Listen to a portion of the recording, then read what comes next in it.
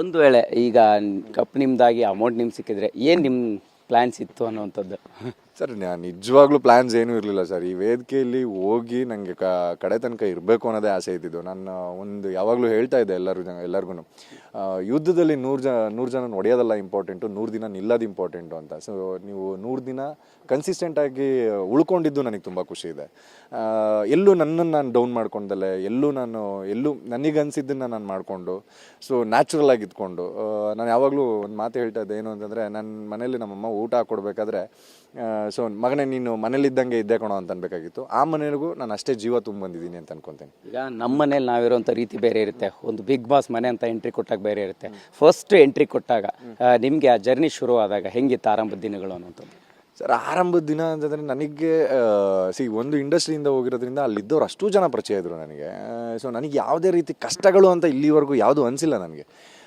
Because ನನಗೆ ಅಲ್ಲಿ ಯಾರೋ ಒಬ್ಬರು ನಂಗೆ ಕಾಂಪಿಟೇಟರ್ ಇದ್ದಾರೆ, ಯಾವತ್ತೂ ಆಡೋದನ್ನಲ್ಲ ನಾನು.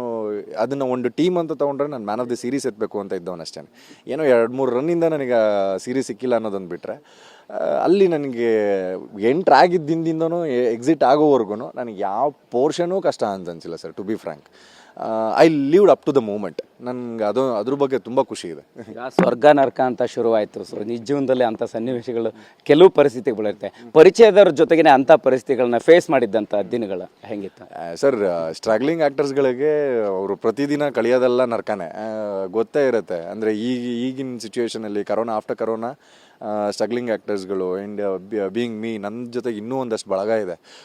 ಎಲ್ಲರೂ ಸ್ಟ್ರಗ್ಲಿಂಗ್ ಆ್ಯಕ್ಟರ್ಸ್ಗಳೇ. ಒಂದು ಸಿನಿಮಾ ಹಿಟ್ ಕೊಡಬೇಕು, ಈ ಥರದ ದಿನಗಳು ನಾವು ನರ್ಕ ನೋಡ್ಕೊಂಡೇ ಹೋದವರು ಸರ್. ಅಲ್ಲಿ ಆ ಮನೆಗೆ ಹೋಗ್ಬಿಟ್ಟು ನರ್ಕ ಸ್ವರ್ಗ ಅನ್ನೋದೇನು ನನಗೇನು ಅಂತ ಡಿಫ್ರೆನ್ಷಿಯೇಟ್ ಆಗಲಿಲ್ಲ. ನಾವು ನರ್ಕದಲ್ಲಿದ್ದಂಗೆ ಹೊರಗಡೆನೂ ಇದ್ದಿದ್ದು. ಸೊ ಇವತ್ತು ಇಷ್ಟು ಜನ ಪ್ರೀತಿ ಕೊಟ್ಟು ನಾನು ಹೊರಗಡೆ ಕರೆಸಿದ್ದಾರೆ. ಸೊ ಇನ್ನು ಮುಂದೆ ಏನೇನು ಕೆಲಸ ಬರುತ್ತೆ ಅದನ್ನು ಅಚ್ಚುಕಟ್ಟಾಗಿ ಮಾಡ್ಕೊಂಡು ಹೋಗೋಣ ಅನ್ನೋದಷ್ಟೇ ಇರೋದು ನನಗೆ.